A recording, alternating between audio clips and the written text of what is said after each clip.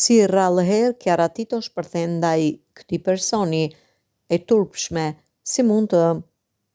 Moderatorja e njohur Kiara Tito ka reaguar publikisht në rrjetet sociale ndaj një ndjekëseje e cila duket se ka përdorur gjuhë fyese ndaj saj.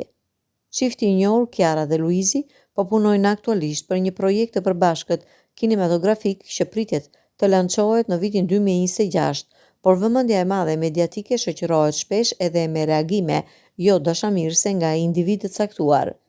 Në një postim në Instastory, Kiara ka publikuar emrin dhe foton e profilit të një zonje, duke shprehur habin se si dikush mund të përdorë fjalë të ulta ndaj një gruaje tjetër.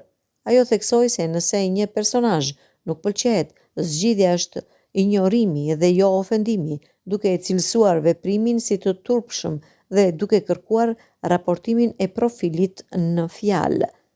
Ky qëndrim shënon një reagim të rrallë nga ana e moderatores, e cila zakonisht zgjedh të mos përfshihet në replika publike me komentuesit negativ.